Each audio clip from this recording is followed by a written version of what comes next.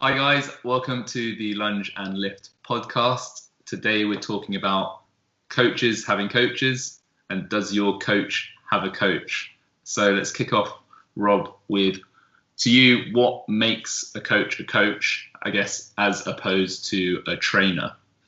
Nice. Well, I think it does depend on the individual person because they might just call themselves a coach and even though they might be a trainer. So this is where it's the technicalities behind the words. And it's when I say this individual, because I think it's what the word means to you.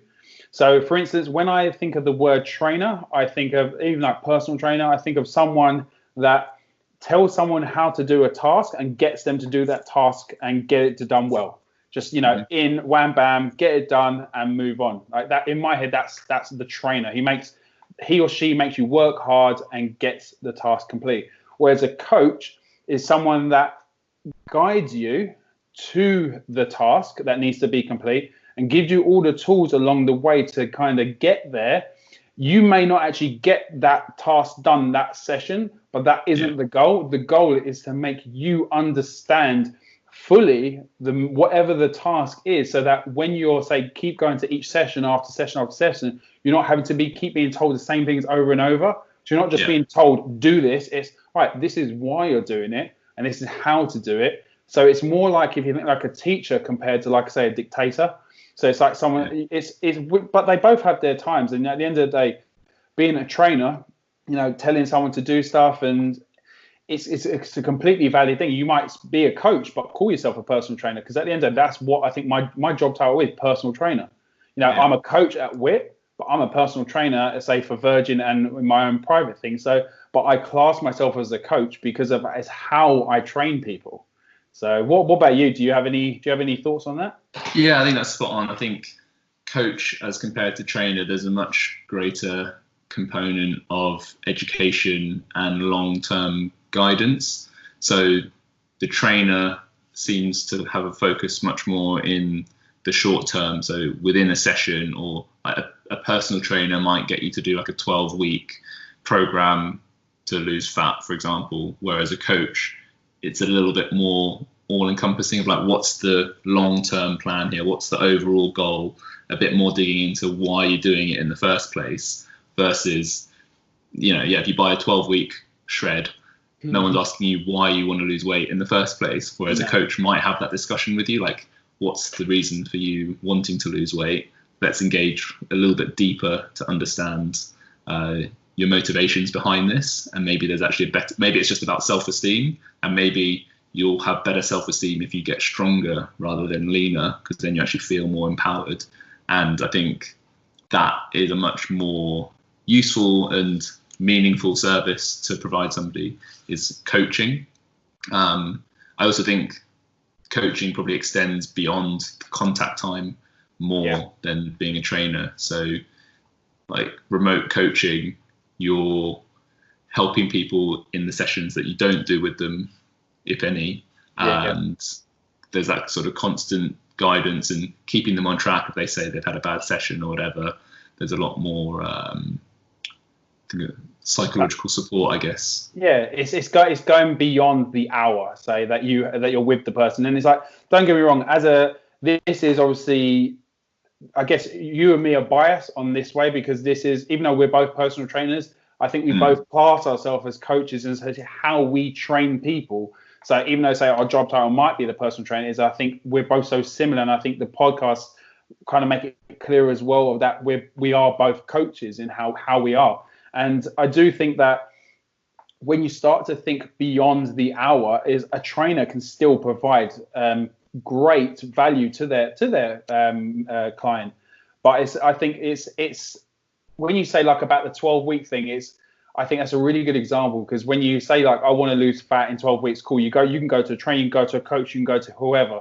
And I think when it comes to a coach's approach, as you said, you might then start to analyze into it a little bit more. But I think where sometimes I've seen quite a common thing happen, which is where people say a client will go to a trainer or coach, whoever, and say, this is my goal, I want to lose fat in 12 weeks. and then next thing you know, they're doing a strength program, and you're like, but they want to lose weight. So, I know, see, their why might have not been solid enough, but you still need to, as a trainer or a coach, you still need to remember the client's needs. And I think that can sometimes get a bit grayed.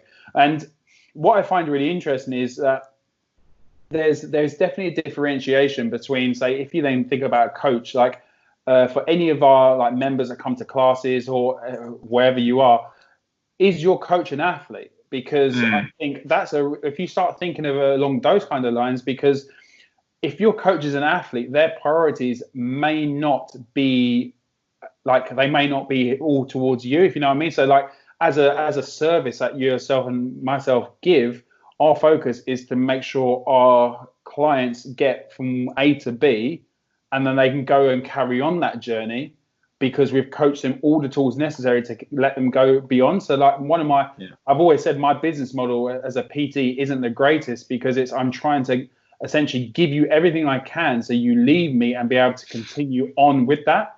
But you find a lot of times people stay with you because of your own self-development and your improvement as a coach. You can give them even more value than that little minor time you was with them. But when it comes to like, is your coach an athlete? I guess priorities is a massive one, because I guess that's going to change, right? Definitely. And I think there's a conflation between somebody being a good athlete and a good coach.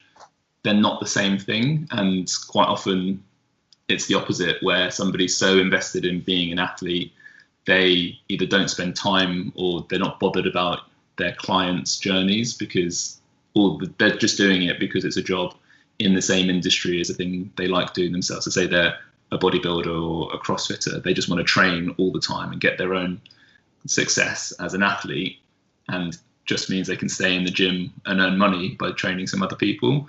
And I think there's a few things that can happen there. One of them's they just completely lack empathy for their clients, because they're probably talented themselves and very good at whatever they do, but that doesn't mean they have the skill to get their client to do it. So if you think about who do you want to coach you, if you're say a powerlifter and you want to deadlift 200 kilos, do you want the guy who's got a 300 kilo deadlift but hasn't got no clients to deadlift 200, or do you want a guy who's got 150 kilo deadlift but has coached 20 guys to get a 200 kilo deadlift of all different backgrounds? Obviously it's the latter, because he's the one who's got a track record and has demonstrated success in getting coaching other people. Yeah, exactly. So his job is a coach. His job is not an athlete.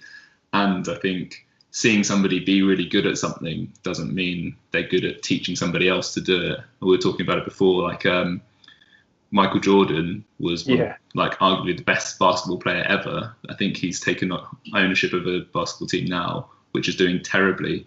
And you compare and contrast that to like Jose Mourinho, who is a very average footballer and a translator, but he was a great manager and managed to coach teams to a lot of success. So it just shows you the skills are very distinct, and being a good athlete does not at all mean you're a good coach, and sometimes can be the opposite.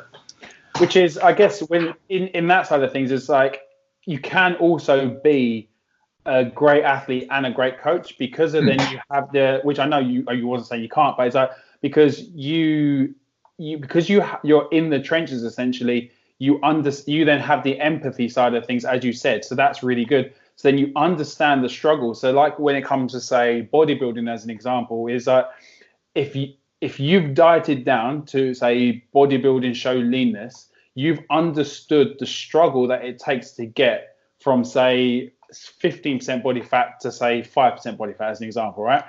Now scale that up to your clients, and that bodybuilder has now got someone who is severely overweight. They might be say 35% body fat and just wants to get to say 20%. The process is going to be exactly the same. Their struggles are most likely going to be exactly the same. But the journey is now, this is where the obese person can understand their their trainer or coach has been to levels of leanness, so they understand the struggles. Even though struggles are going to be slightly different, because we all have individual struggles, we all have different vices and so forth. We can empathize and understand that it's not just a clean cut move, eat less, that's it. There is more to it. But I think on the flip side to that is definitely where you then got to start thinking about the priorities. Not the priorities. Is that now PT that done the bodybuilding show just making you follow his diet plan that got him lean, or is he now doing something specific to you? And that's the thing. That's in the coaching and the training. I think the differentiality. So the trainer may say, right, this is what got me lean. I'm going to train you just like I trained, and we're going to get you from A to B. And when they don't get to B, you're the failure. Whereas the coach looks at it and says, right, okay, what can we do to create mini wins to keep you consistently moving forward and progressing and making sure you want to keep coming back? Because some people don't like the gym. Some people that are overweight most likely don't like the gym, and they're doing it because they know for health reasons they need to improve.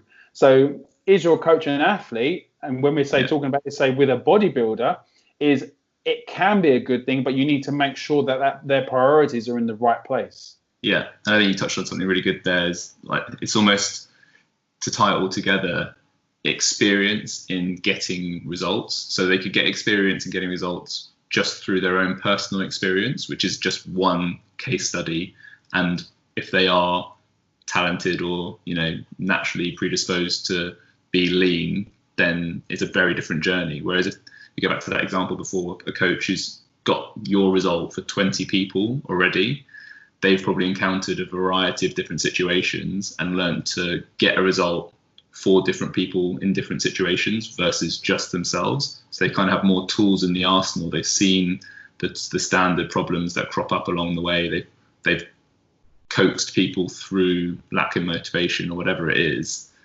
So they are now better placed to get you your results as opposed to just for themselves. Because it's completely different getting a result for yourself than getting a result for somebody else. Because if you work in fitness or in sport, you're probably quite motivated and enthusiastic about training and exercise because it's your passion.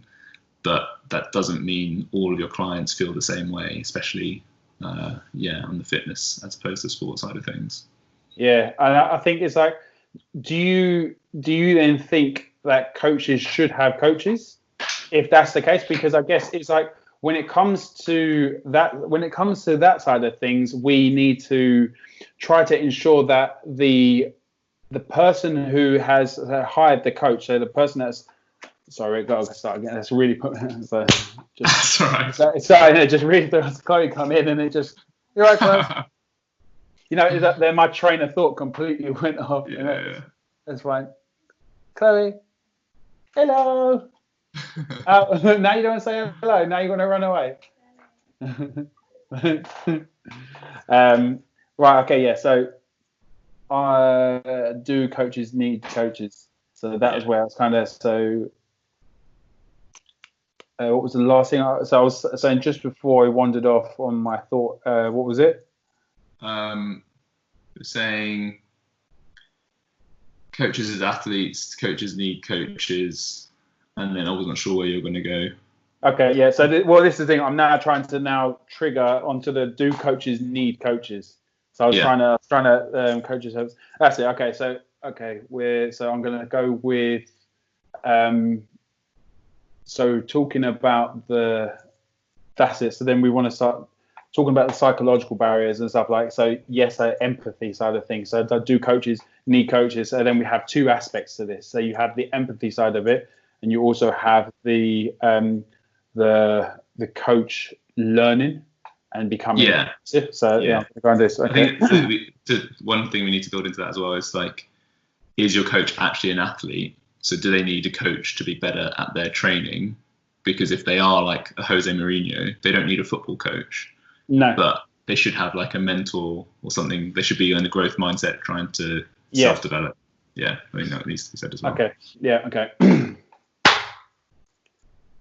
So that leads us on nicely to, I guess, do coaches need coaches? And the differentiation, sorry.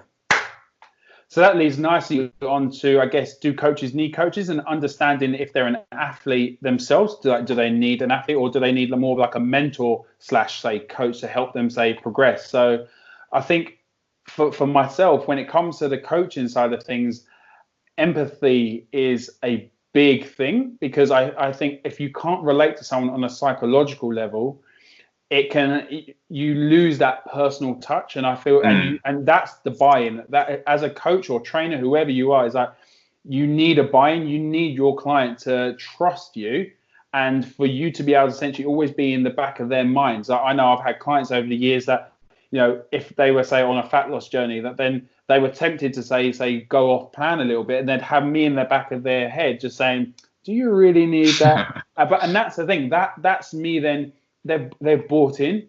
So because they're then bought in, I'm not saying to them, don't eat this. It's what that's then doing. It's making them evaluate the option rather than just unconsciously do it. So it's giving them that value. So what do you think? Yeah, I completely agree. I think having had some experience in a similar area to your client or athlete just gets their buy-in, because they know you felt what they're feeling. So even if you've not performed at the same level as them, so you were never as good an athlete as your client is, because you've gone through training, you understand like heavy cycles and like what it feels like to train with a bit of a niggle, all these sorts of things. Either doing it yourself or having done it with other athletes, it gives them confidence in what you're asking them to do, because it's a classic of other things that you would never ask somebody to do what you wouldn't do yourself when you were in your playing days, rather than right now. But I think that gives people that buy-in and belief that what they're doing is going to get them what they want. Whereas if you're a coach who's never played any sport, never lifted a weight in their life, and you're saying, you've got to do this, you've got to do that, and they're like, are you just pulling this out of your ass? Like where's this come from? And this is ridiculous. Like, you would never, like, you're asking me to do something you would never do yourself. Yeah. I'm not your guinea pig, sort of thing. Whereas if you've at least done it with other people, then it's like, okay, I believe this is how I'm going to get what I want.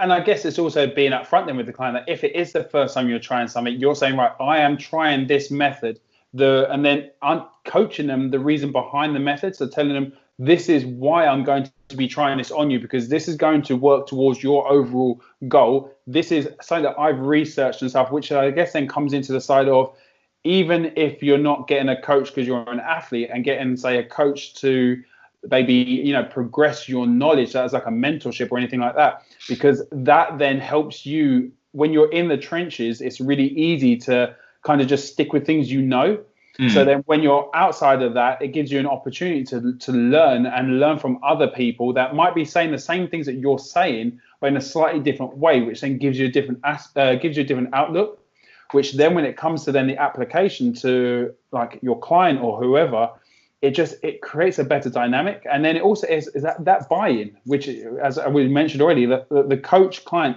relationship is so important because it's all based on buy-in. Yeah. I think to answer your actual question rather than just babble, if your coach is an athlete, they probably should have a coach because they want to just get better themselves in their physical output.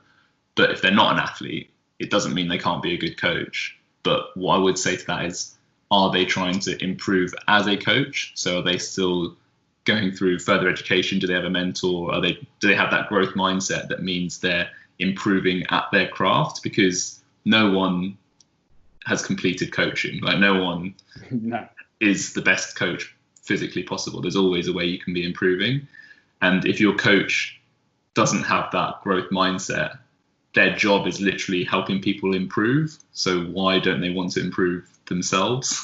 And I think that's something to look out for in a good coach, is that they're constantly developing and learning through experience, learning from education, learning from receiving coaching themselves. It could be, like mentoring or coaching in any aspect of their life. Like, I think a really, really good person that I remember thinking back to about that is the Aussie strength coach. I remember listening to a podcast. For those that don't know, the Aussie strength coach is the guy that just coached Thor to lift 501 kilos. So now has the heaviest deadlift ever lifted by a person. As opposed to what? I don't know, as opposed to something else. But there was obviously before that, Eddie Hall had the 500 kilo, and the way Thor made the 501 kilo look like there's definitely more left in that tank, which is really cool. But when you mentioned earlier, like it's so like with the empathy side of things and also your previous track record, because the Aussie strength coach hasn't had to have lifted 501 kilos to coach Thor to lift 501 kilos, but what he has had a wealth of knowledge from client experience. But also, when the podcast I was listening to, and he was saying how how he worked alongside some of the cleverest minds to learn his trade so much more, and it also really helped him challenge what the norm was at the time to make him into the coach that he is now. So that then comes into the thing of being beyond just how to physically move and being coached how to, say, train someone better. He then actually learned more about, say, the trade and how to coach and all those other bits to make himself a better coach, which means when he's trying to relate to someone like Thor, you need to do this to get to this, Thor understands that and buys into that and says, do you know what, this guy is going to get me my 501 kilo deadlift no matter what, because I have the capacity as an athlete to get there, but he has the knowledge and the experience to help me get there. Exactly, yeah. And he's done it for a lot of other, well, I mean, he hasn't got anyone to do 501, but he's coached a lot of powerlifters and strength athletes to get stronger. And he's demonstrated that. Strong as shit himself. Yeah. So I saw a post he put up yesterday, the other day, 160 kilo strict press. So now for like 3. Now, okay, this strict press isn't, if a CrossFitter saw it, it'd probably say, okay, this is not a legit strict press because there was no head through or anything like that. But the guy was pressing, even if it was an incline bench or whatever, that bar was going above his head multiple times and it was 160 kilos. So the guy is strong as shit. So it's like, that's then also the buy-in for Thor. Thor wouldn't want to hire someone that has been sitting behind some like a computer screen and he knows all like the intricate details of everything because he hasn't had any skin in the game. He hasn't been in there. So that as I keep saying, the buy-in, but he hasn't had that the physical struggles that he so gets the environment. I think that's a nice way of summarizing, because footballers go back to great managers and coaches in football. Alex Ferguson, Jose Mourinho, they weren't the best footballers, but they've had loads of time in the environment, so they understand footballers, they understand the game of football really well. So players respect their opinions and thoughts on how the game should be played and how they should do their training, even though they can't do it the same way that the players can. Just occurred to me as a nice way to summarize like time in the environment and understanding of the tasks that they're trying to achieve. So I guess it's like I think it comes a kind of full circle here, because I guess, does your coach have a coach? Or it kind of summarizes to the point of your coach needs to be making sure they're pursuing progress. And as you said, that growth mindset, because as they progress there, that information and that passion and that drive will filter down to you as a member / client, so whoever you are. So, that's a way to look out for a good coach, is looking for someone that is testing things on themselves, trying new things, not just doing the same thing over and over, as, looking to progress themselves. And, it's funny because people criticize a lot of people online. You see people saying, this person does, I'm gonna start. I was gonna go into the breathing thing. I don't want to. I'm not in here. I was gonna. So the good coach kind of relationship. So I think that's it. So maybe if you wanted to put a summary point and you say, and then go into, okay, ready? I was going to say, do you want to talk about our experiences with coaches as coaches?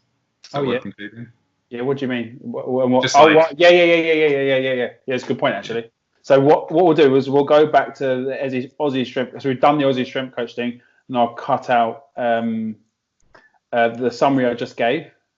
Yeah. And we'll go back to that. Okay. So you just go. Yeah. Okay.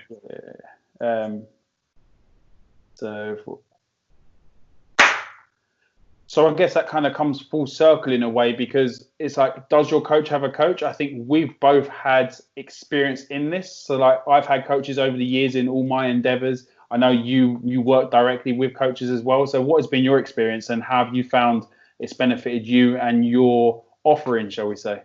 Massively, I think.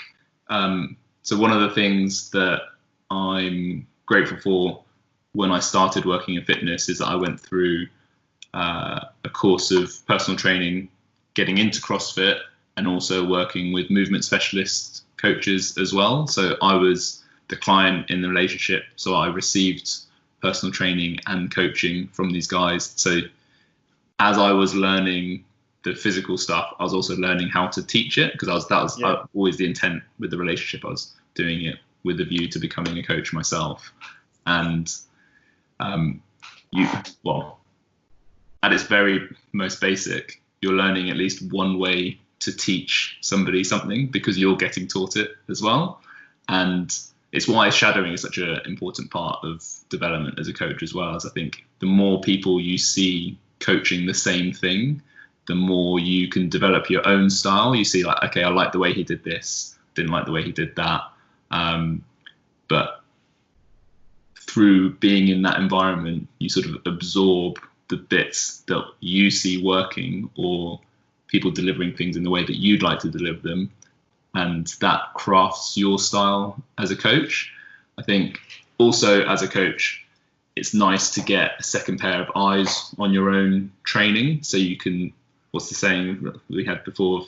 If you're in the jar, it's difficult to see what's on the label. So if you're if you're like head down in your training all the time, you don't take a step back and objectively review what's going on. And I still check in with Jowsey every few months to look at my movement, ask him any questions like, I've been struggling with this, have you got any ideas? And he's always got more ideas because he's got a lot more experience, and he's spent a lot more time on his education than I've so far.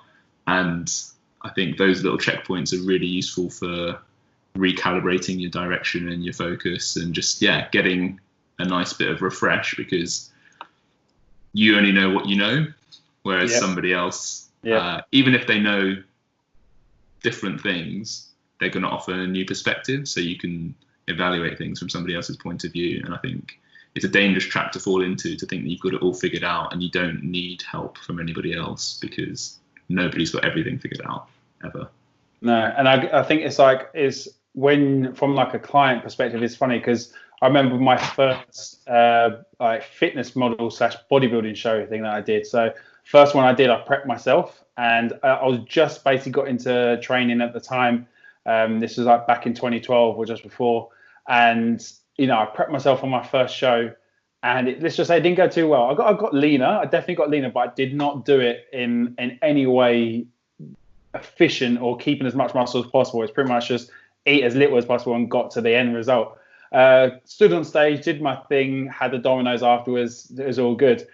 The next time I did it though, I then hired a coach, and then I had the aspect of accountability, which is huge, obviously, with coaching. So if you're coming from a client perspective, not only do you then have the accountability, but you also have then their knowledge and their experience. So he'd put loads of people through shows and stuff like that. So I'd worked with him, got me, and I come second in that one, which shows them the ability of, I had potential. I just kind of needed to get myself out of it. And also when you're programming for yourself and stuff, you can easily miss things you don't want to do because your weaknesses and stuff, because but whereas an outsider looking in, right, you need to do this, you need to do this, you need to do this. So you work to that, and because you do as you're told, say, in a way, and then you know why you're doing it.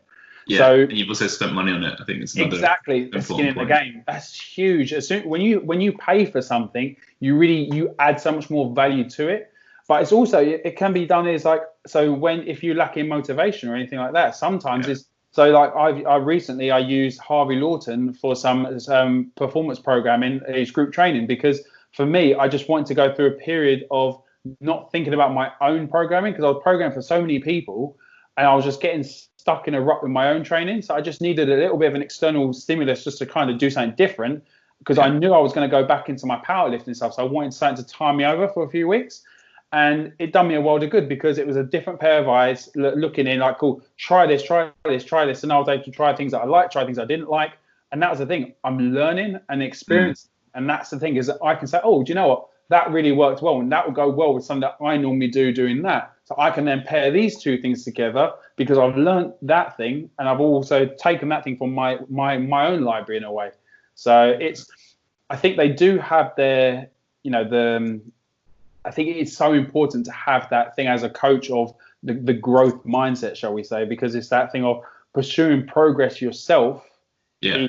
is essential if you want longevity in this industry, because otherwise you'll get phased out very quickly. Yeah, exactly. Like, it's what's the Red Queen hypothesis. You heard that? I think I'm going to butcher it now. I'm trying to sound smart. It's basically the world is constantly changing, so unless you're changing with it, you're going to get left behind.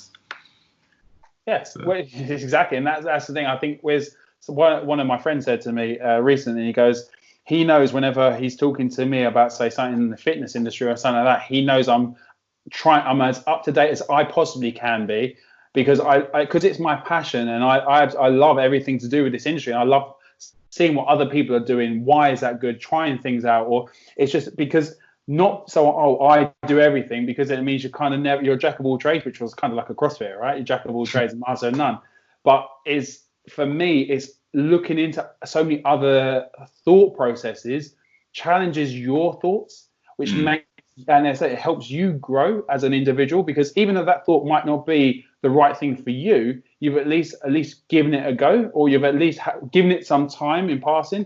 I remember being quite against yoga back in the day, and I've actually given it a lot more time and thought, because when I took it away from the thing of I want to do yoga for stretching, and actually use it as, I want to use yoga as a bit of a holistic downtime where I can do some nasal breathing and be in a really parasympathetic state, it's actually then become a lot more beneficial to me, because I'm using it now for the right intent, rather than, I want to do, which I know we touched on that previous episode, is in, do you need to do yoga to be flexible? Is that your actual goal? So it's been a really interesting journey, and I think all of that can hopefully, I find, can filter down to my clients, the members in classes and stuff like that.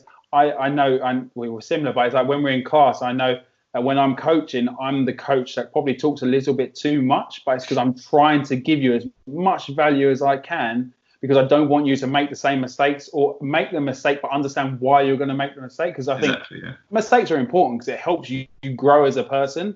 But then at least if the coach is there, they can kind of guide you, so it's not going to be too bad, but then you can learn from it and understand why.